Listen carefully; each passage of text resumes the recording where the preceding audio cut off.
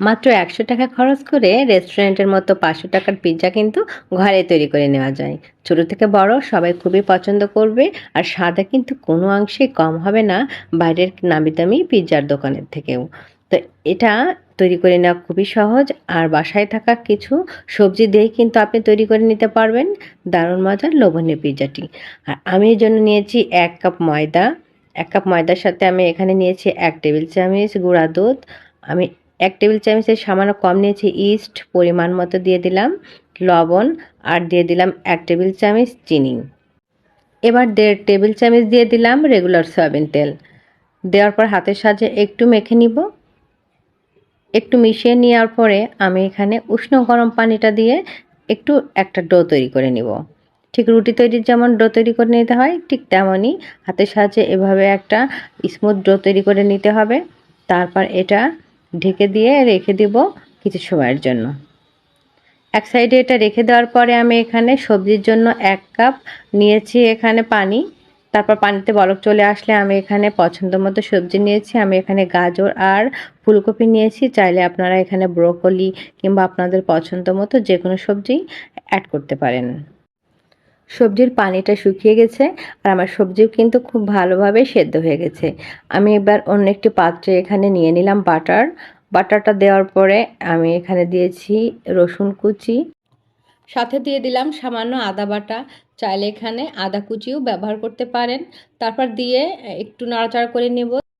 খুবই লোতে রাখতে হবে। তারপর এখানে দিয়ে দিলাম সামান্য শুকনা মরিচের গুঁড়া। শুকনা মরিচ দিলে কিন্তু একটু বেশি ভালো টেস্ট আসে। আর দিয়ে দিলাম এখানে একটা পেঁয়াজ কুচি।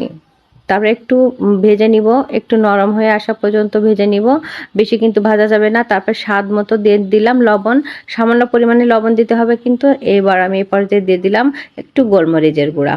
গোলমরিচ দিলে একটু ভালোই ফ্লেভার আসে। তারপর যে সবজিটা সিদ্ধ করে দিয়ে রেখেছিলাম সেটা আমি এর ভিতরে দিয়ে দিলাম, একটু ভালোভাবে নাড়াচাড়া করে নিব। মশলাটার সাথে সবজিটা খুব ভালোভাবে কিন্তু এ পর্যায়ে কষিয়ে নিতে হবে।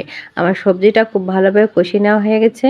এবার যে ডোটা করে রেখেছিলাম সেটা কিন্তু এতক্ষণে সেট হয়ে গেছে। দেখেন কতটা ফুলে গেছে। এবার রুটি তৈরি করে নিব। আমরা যেভাবে রুটি খাই সেই রেগুলার সাইজের রুটি, কিন্তু তার থেকে সামান্য একটু পুরো রাখতে হবে। অনেক বেশি পাতলা না, সামান্য একটু পুরু, কারণ এটা আবার ফুলে উঠবে। এবার আমি একটি কাঁটা চামচের সাহায্যে রুটির মাঝখান থেকে একটু ছিদ্র করে করে দিলাম। তারপর উপর থেকে টমেটো সস দিয়ে আমি পুরো রুটিটার উপরে ছড়িয়ে দিলাম। এবার যে সবজিটা সেদ্ধ করে রেখেছিলাম মশলার সঙ্গে সেটা খুব ভালোভাবে উপর থেকে ছড়িয়ে দিব। তারপর আমি এখানে গ্রিন ক্যাপসিকাম নিয়েছি, চাইলে আপনারা আরও অন্যান্য কালারের ক্যাপসিকাম নিতে পারেন। এবার দিয়ে দিয়েছি উপরে টমেটো কুচি, আর দিয়েছি পেঁয়াজ এভাবে পাতা খুলে নিয়ে। তারপর আমি উপর থেকে অরিগানো উপর থেকে ছড়িয়ে দিয়েছি। অরিগানোটা দিলে পিৎজার ফ্লেভারটা খুব দারুণ আসে, একদম দোকানের মতো আসে। আর যেটা না দিলেই আমাদের পিৎজাটা অসম্পূর্ণ থেকে যাবে সেটা হচ্ছে চিজ। আমি উপর থেকে কিছুটা চিজ গ্রেট করে দিয়ে ঢাকা দিয়ে ঢেকে দিয়েছি। এভাবে লো হিটে আমি রেখে দেওয়ার পরে ১৫ মিনিট পরে আমার পিৎজাটা খুব দারুণ হয়ে গেছে।